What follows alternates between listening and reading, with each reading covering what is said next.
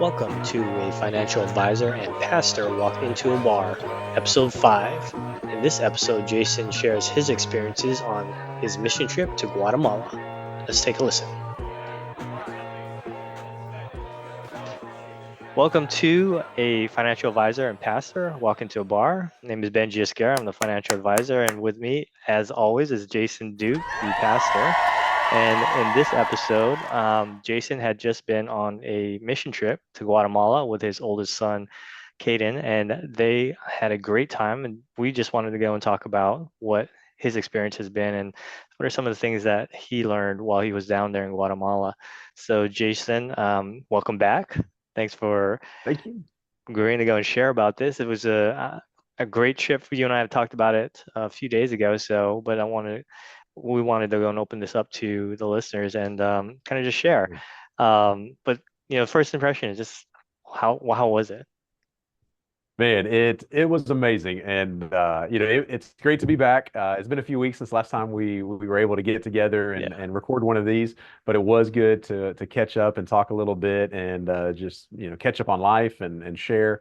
But man, that trip to Guatemala. So we flew into Guatemala City and then took about a 2 hour ride due to traffic. Normally it's a lot shorter, but traffic was pretty bad. But took about 2 hour ride to Antigua. And so we were staying in the beautiful city of Antigua. It is very much a touristy town.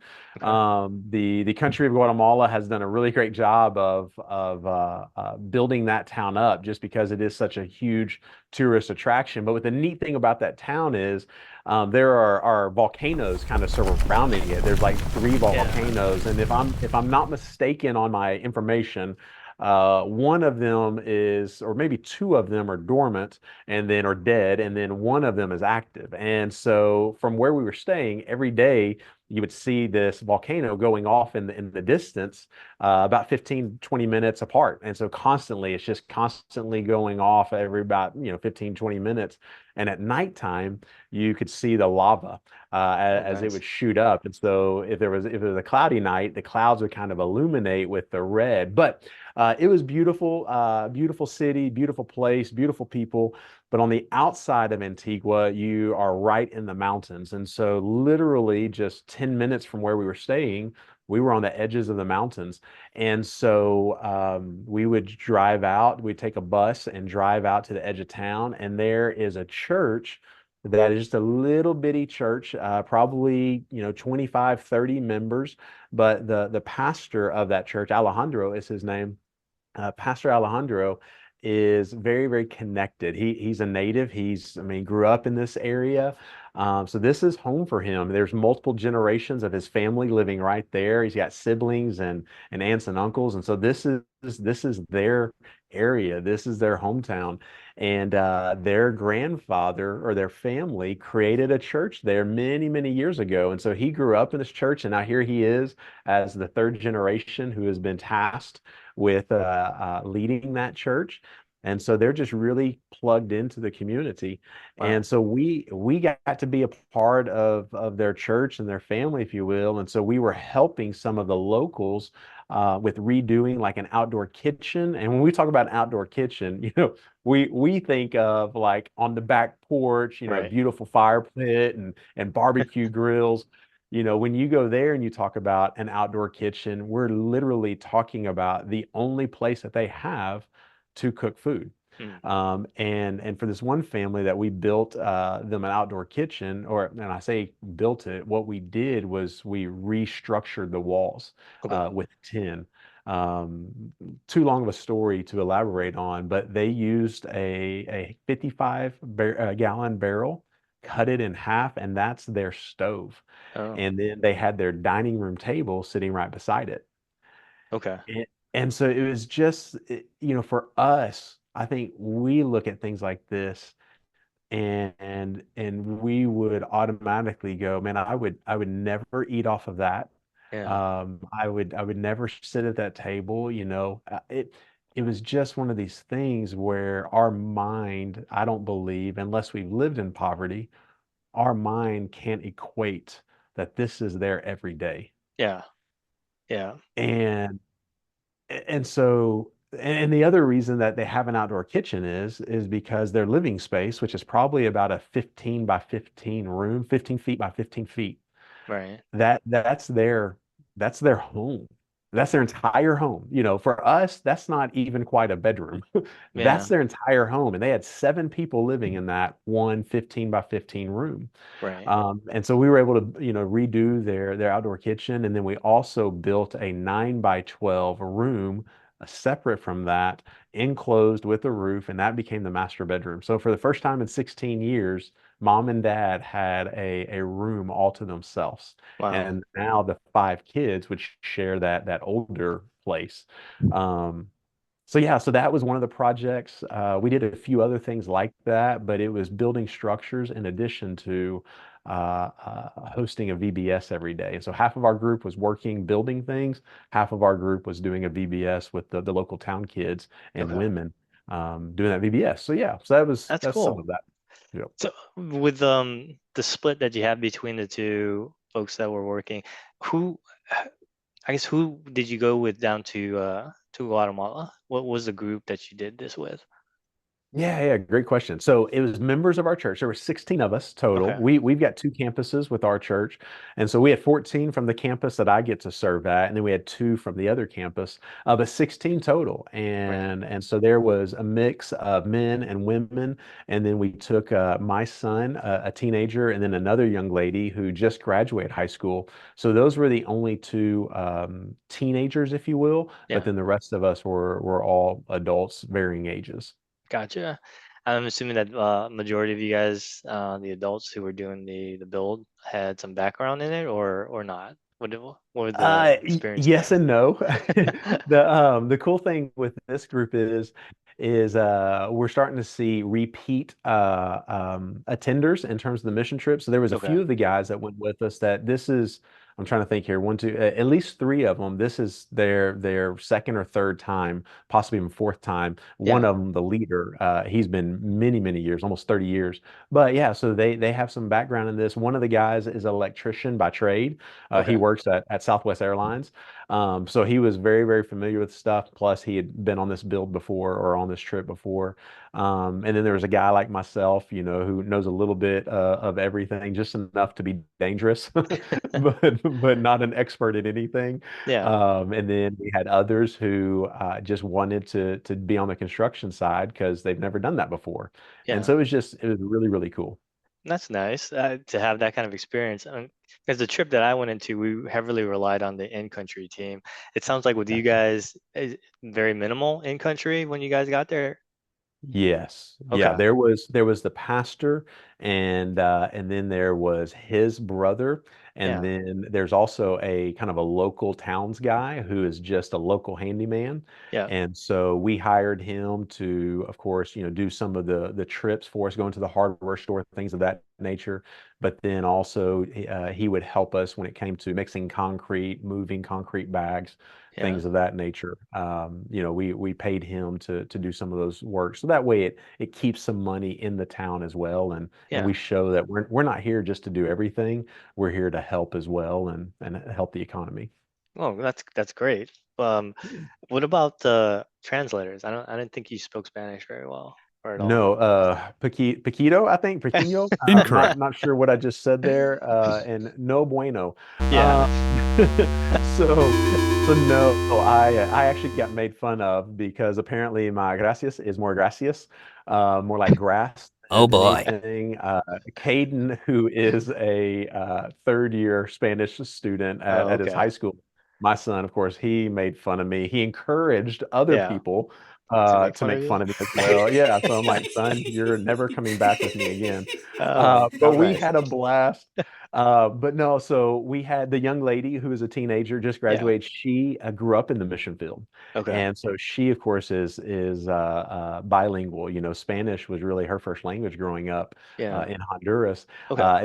And then you've got some of the others who were on the trip with us who grew up Hispanic or grew up in highly Hispanic areas.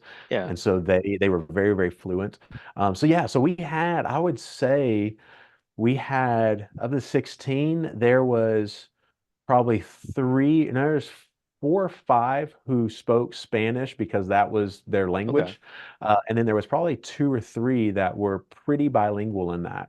Wow. So it was really, really cool. We did not need a translator, but Yeah. yet we had, had them there just to help assist, and it made it a whole lot easier as well, Yeah. especially for guys like Yeah. me.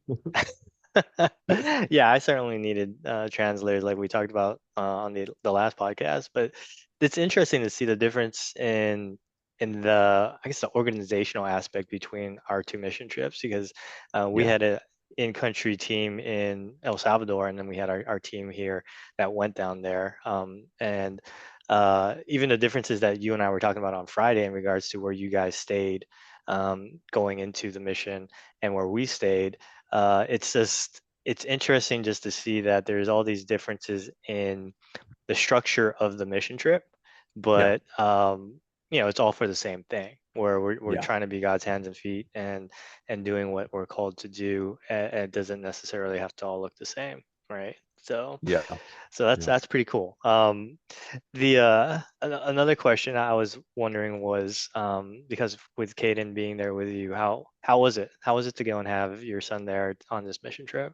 Your oldest. Man, it was incredible. We of course shared a hotel room, Yeah. and so we would have time at night to kind of debrief and talk and pray together. In addition to that, he focused primarily with the VBS team, and so Mm, we didn't even really work together, consistently. yeah. But due to the nature of kids, so this was another neat thing there in Guatemala. Kids go to school year round. They get the month, if I'm not mistaken, it was the month of December. They get December off, but Mm, they're in school year round. So during the daytime, the kids are in school and they have two different shifts. And so certain kids go to school in the morning, certain kids go in the afternoon. It's a totally different system. But whenever they weren't doing VBS in the morning time, Caden would come and help, and some of the others would come and help us on the construction side. yeah. So I got to interact with him and work with him some, and some of it we were doing together, but then, him being kind of the independent and us encouraging that, he would oftentimes go work with one of the other work groups as well. And he got to spend time getting to know some of the other guys and other workers. There was a couple women on our group as well. Yeah. So it was cool. It was different because it wasn't he and I attached to the hip the whole time. Yeah. But yet I would get to see him from afar. And of course, when they were at VBS, I would get to see pictures every day Yeah. of what they did. And man, as a dad, it man, my heart was so swelled with pride for my kid and just Yeah. proud of how he is growing and using the gifts that God's given him. As you know, and as you experience, there is nothing like watching your kids serve and watching them express that servant's heart in different ways. Yeah. And as much as we would love to take credit for everything our kids do, the reality is God does more. Right. And and so, man, it's just in spite of all my faults as a parent, my wife and I, my wife's an incredible woman, but we make mistakes. But in spite Right. of all of our faults as parents, to see our son serving in that way and loving it and using that gift, man, it caused me to be thankful to God as well for what he's doing in his life. So Yeah. No, I think I had the same experience when we were talking about it, and when I was down at El Salvador, is just the whole thing when you say watching from a distance to see how they've grown. I've got it in my yeah, head, and I'm sure my wife has the same thing. Is just that I have a picture of who he is, my oldest son and my daughter that was with me, and where they were when they were, I don't know, 5 years old. And yeah, that yep. mentality that they have is still where I think their level is, right? And so I'm expecting them to be here, and then they're actually up there in terms of where they're at in their relationship with Yeah, Jesus, and it's a big surprise, but also yeah. something that's very fulfilling and makes me proud. Like you were talking about with Hell Kate, yeah. and you feel proud about how God's been working in their lives, right? So that's pretty Yeah. awesome. Yeah. A question about just the overall trip is what is what would you say is the biggest thing that you saw from the mission? Oh man. Another great question. Man, I anytime you go on a trip, you always go over there hoping that you're able to be an impact and make an impact and leave a fingerprint of God Yeah. wherever you go. And God in his goodness, he does that. And we know he's going to do it. We don't know how, but we know he's going to do it. But the thing that always, anytime I've ever gone on a mission trip, the thing I always come away with is like, man, those people that we were serving, they touched me more than I think I ever did for them. Yeah. They made an impact on my life even more. And I think, there was a video on our second to last day being there total. It's our last day of work project, but second last day of being there. We were standing kind of up on the mountain, and these people they build their homes up the mountain. It's pretty steep. It's not kind of slightly sloped. I mean, it's pretty steep, and so you're building literally just right on top of each other. And so there's one point when we were working on a house further up the mountain. I'm walking back down the trail, and as I'm walking down the trail, I can see beneath me on the mountain slope beneath me and all the tops of these homes because we were literally on top of each other. Yeah. So I can see all the tops of these homes. But then I look up the valley to the other side, and I see all these homes coming up the mountains in the midst of the trees and stuff. So the view that I had of all this was the the difficulty of life for these people. Mhm. Um, it is a very impoverished area that we were serving in, and their places are unspectacular by American standards. There's a lot of poverty, and yet, as I'm looking at all this, my American Western mind immediately is like, man, these people are so poor. These people have nothing. These people, how can they live like this? Yeah. But then as I reflected back over the week, and even as I hear, because of the way the mountains work there, the hillsides, you can hear conversations, you can hear laughter. It almost just reverberates or echoes through there. So you hear all of this noise happening, and all of this noise is just this beautiful noise. It's laughter and it's conversations and it's kids in the bottom of the valley playing soccer and yelling and having fun and I'm sitting there and I'm like, man, these people have nothing, and yet they are so happy. Yeah. They they they're rich. And yet here we are in America and we complain about all the things that we don't have and we have so much and yet we don't have happiness. We don't have joy. Yeah. And yet these people have nothing and they have happiness. And then for so many of the people that we got to work with, those who were Christians, their happiness was really based in their joy because of what God has done for them. And they just had this incredible relationship with God that was not based upon what they have, but their joy is found in whose they are. Yeah. And that just hit me, man, as I'm looking over all this poverty, and I'm like, these people are so happy, and they've got joy and what this family of three generations, maybe even more of ministry, pastors, the impact they've had on that community and seeing how Christ has been able to take root in that community and the impact this family has had. Pastor Alejandro, I was blown away and I'm just like, man, I want more of that. I want to have greater joy in the midst of nothing than to have more stuff and no joy. Yeah. And so it really hit me. And it was beautiful just to see what God is doing in these people's lives. And they're beautiful people, man. It really left a mark on my life. Well, that's awesome.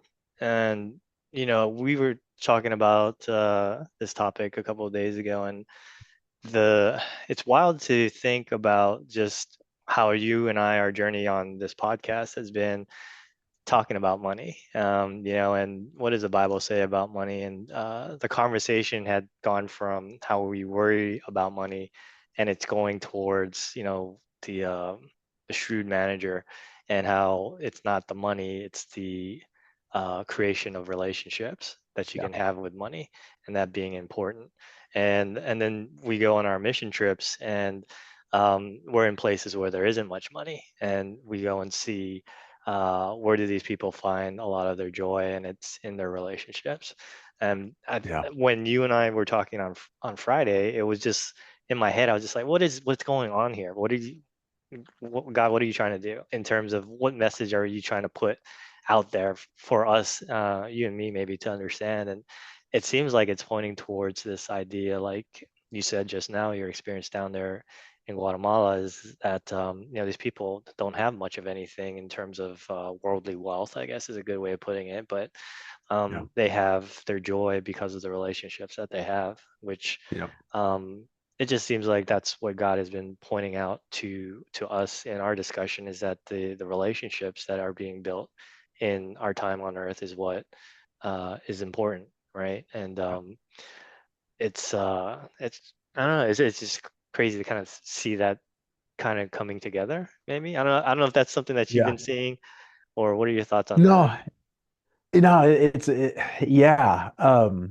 Something that I got to share this week in the hosting moment. So in our weekend services on Mm, Sunday morning, the in that hosting moment that I get to lead, one of the things as I sat there and I looked out amongst the crowd, it's a beautiful sea of people, yeah, but we're all sitting in rows yeah, and there's no community happening. Sunday morning, I'm not bashing Sunday morning. Sunday morning is needed. Sunday morning is a great thing. We need to yeah, continue doing that. It's an opportunity for the body of believers to come together, worship God, recognize who He is, remind ourselves, most importantly, of who He is yeah, and that relationship we have with Him. But as I was sitting there looking at it, we're getting ready to launch our new season of small groups starting the week of September 8th. yeah, And the thing that came out of my mouth was just an old saying that's been around for forever. But the idea is community or life is what we would oftentimes call it. Community happens in circles, not rows.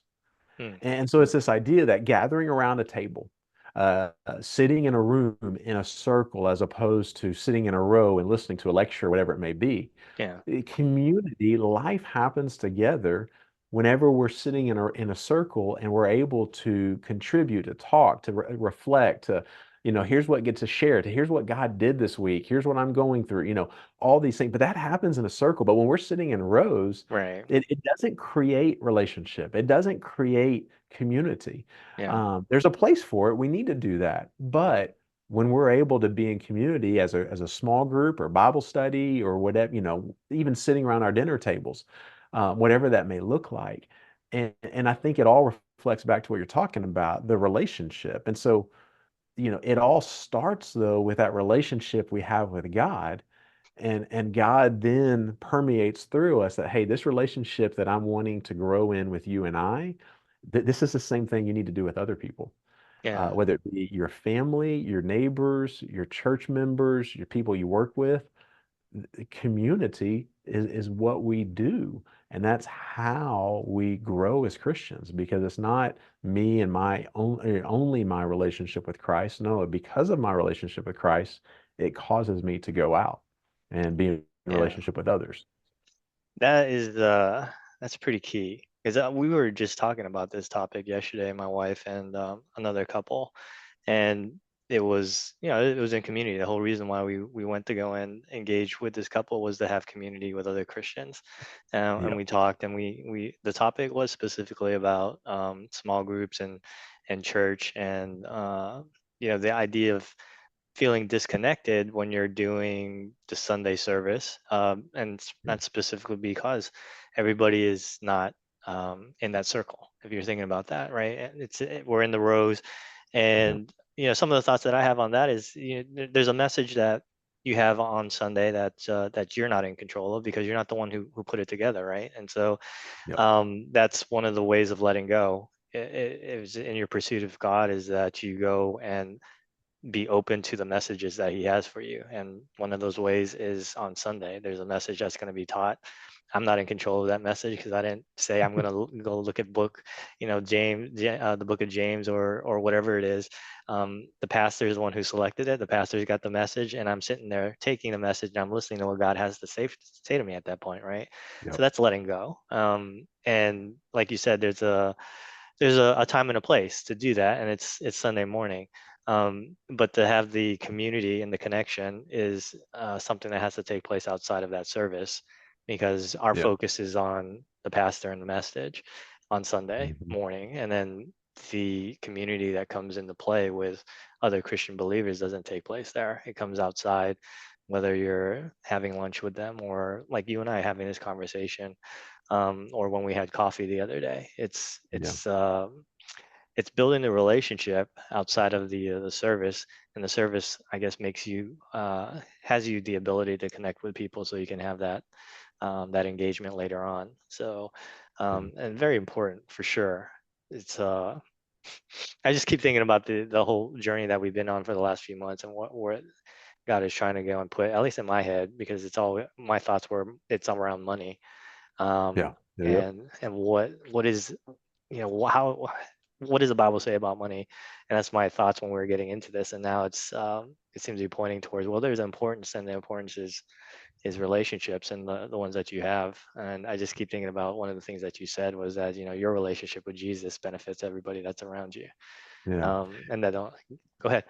I didn't Well, mean to no, cut you off. sorry, I didn't mean to cut you off there, but it was interesting to me is how you're talking about how we started this whole conversation, or this podcast was this idea behind money and just good stewardship and generosity and faithfulness and all that stuff.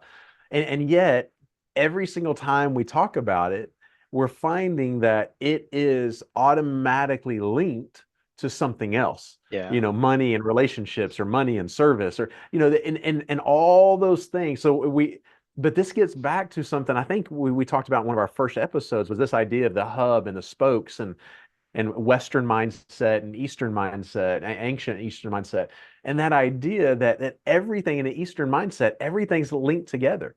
Yeah. You can't separate like individual pillars. You can't separate money and relationships or relationships and service and all. You can't separate this stuff. It's not. It's part of this hub. If God's at the center of this hub, then every aspect of my life, these spokes, if you will, Yeah. are automatically connected one to another because every one of them affect each other and they're interlinked. And I think we're just experiencing the fact right now in this conversation that we continue to see the fact of it's all interlinked. Yeah. You cannot separate, and especially as a Christian, you cannot separate aspects of your life and say, God, you can have control over my finances, but you can't have control over, sexuality or Right. over my the way I neighbor or, over my business dealings. Yeah. No, when God has control over things, you have to either give him full control or you don't. And we're always in this process of learning what does it look like to give him more and more control. Yeah. And truly, as a disciple, truly letting him have control over all aspects of our life. Because when we do that, man, there's some tough things that he's calling us to do, but when he's in control, it always works out somehow Yeah. and it's always better than if we would have done it our way. So letting his heart become our heart. So That's awesome and very true. I think the spoke in the wheel is definitely in my head, it was a changer, a game changer in regards to how there's this idea of priorities and having God on top, and everything falls underneath, which is a good way to look at it too. But the wheel yeah, and the yeah, spoke is just it's a lot more true in my mind, because he's touching every single aspect in our lives, and if you don't have that hub, the wheel falls apart. It just doesn't work. And yeah, that's something I always have to try to keep in my mind, is just that he's the one that keeps everything together. And whether or not, you know um, my work is at the top, meaning, the 12 o'clock position that's right in front of me, yep, or it's the family and another time of the day where that's one at the 12 o'clock position. God's touching every single one of those spokes that are on the wheel. yeah, So um, no. that's a good word. So um, I think we're kind of towards the end of the podcast for this episode. But is there anything else that you wanted to share about the mission trip that we some of the listeners would want to hear? No, I don't know if there was really anything else I'd want to share or like feel impressed upon. I Yeah. think the biggest thing to me, if I can encourage, anyone that's listening to this and hearing our voices right now, um, I would say this to you. The cost of a mission trip, no matter where you go, there's going to be a cost. The neat thing is there are people who are willing to come alongside and help you. I mean, doing some fundraising for a mission trip really is an easy thing. If you just spend some time writing some letters and submitting some requests to people, they will come along. There will be people who will give 25 bucks. There'll be people that may give multiple hundreds. Um, Caden and I, and same thing with Benji and his family, we have been blessed by that. And so there are people who will come alongside. So I would encourage you to do some fundraising, but don't look at the initial cost and let that deter you from engaging in a mission trip. It will Yeah. change your life. God will use that opportunity, that trip, not only to change your life, but to change others. But I just simply want to encourage you, don't hesitate in saying, well, I can't afford that. God will provide the funds. God will provide the means. If He's called you to something, He's going to provide a way to make it happen. Yeah. You just have to be diligent in putting forth the effort to help make it happen. But don't hesitate. Go on a mission trip. I want to. If you've never been on a mission trip, go on a mission trip because it's going to be amazing. And you can reach out to. And even if you're like, I don't know where to go or what to do, I don't even have those connections. We will help you with that. So don't let it stop you. Yes, absolutely. And if you're listening and you didn't get that message, Jason's saying go on a mission trip. So I have Most nothing definitely. I have nothing more to add on to that. It's great. Thanks for listening to us today on the financial advisor and pastor walk into a bar. Next episode, we'll go back to looking at themes in the Bible that are concerning money and see what the Bible has to say about it. But until then, I hope you guys have a great one, and we'll catch you later. Thank you. Have a great day. You've been listening to a financial advisor and pastor walk into a bar. Thanks for joining us.